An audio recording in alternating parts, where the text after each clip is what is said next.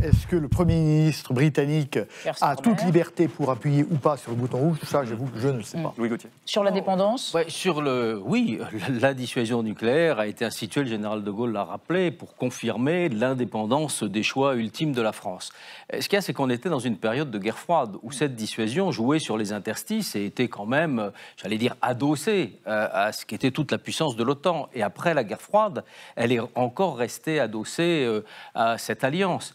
Aujourd'hui, le défaut américain dans l'Alliance pose une question. Comment rétablir entre Européens l'épaisseur stratégique qui fasse que la dissuasion, c'est un domaine à part, mais ce n'est pas une dimension suspendue dans l'air. Il faut de la crédibilité. On ne passe pas de la fronde ou de l'obus d'artillerie à la dissuasion nucléaire. Et donc, ça veut dire que si les Européens veulent aller dans le sens d'une dissuasion concertée ou discuter entre nous, il faut aussi qu'il y ait en arrière-plan, construit ensemble, toute une série de dissuasions conventionnelles et nucléaires multicouches qui impliquent peut-être boucliers antimissiles, des missiles de frappe dans la profondeur conventionnelle, davantage de densification dans le spatial. Il n'y a pas de décorrélation.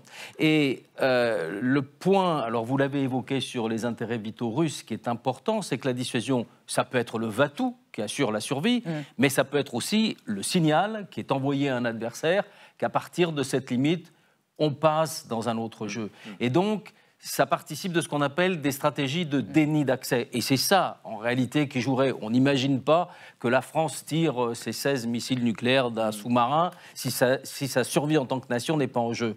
En revanche, qu'elle émette un signal nucléaire, qu'elle gesticule, qu'elle fasse savoir pour dire que... C'est quoi un signal nucléaire ? Un signal nucléaire, par exemple, M. Poutine en a envoyé un très directement à travers le missile qui est tombé sur Dnipro. Il n'y avait pas de charge nucléaire, mais ça faisait partie de ces gesticulations. Nous pouvons le faire. Oui, et d'ailleurs, ça a quelque part marché, parce que le fait que le conflit soit en ambiance nucléaire a évité que d'autres rentrent dans la belligérance. Il y a eu des tirs, il y a eu des frappes sur le territoire russe, mais il n'y a eu aucun... Donc la dissuasion a joué son rôle. Donc la dissuasion a quand même joué son rôle pour contenir ce conflit et pour éviter des emballements et l'escalade.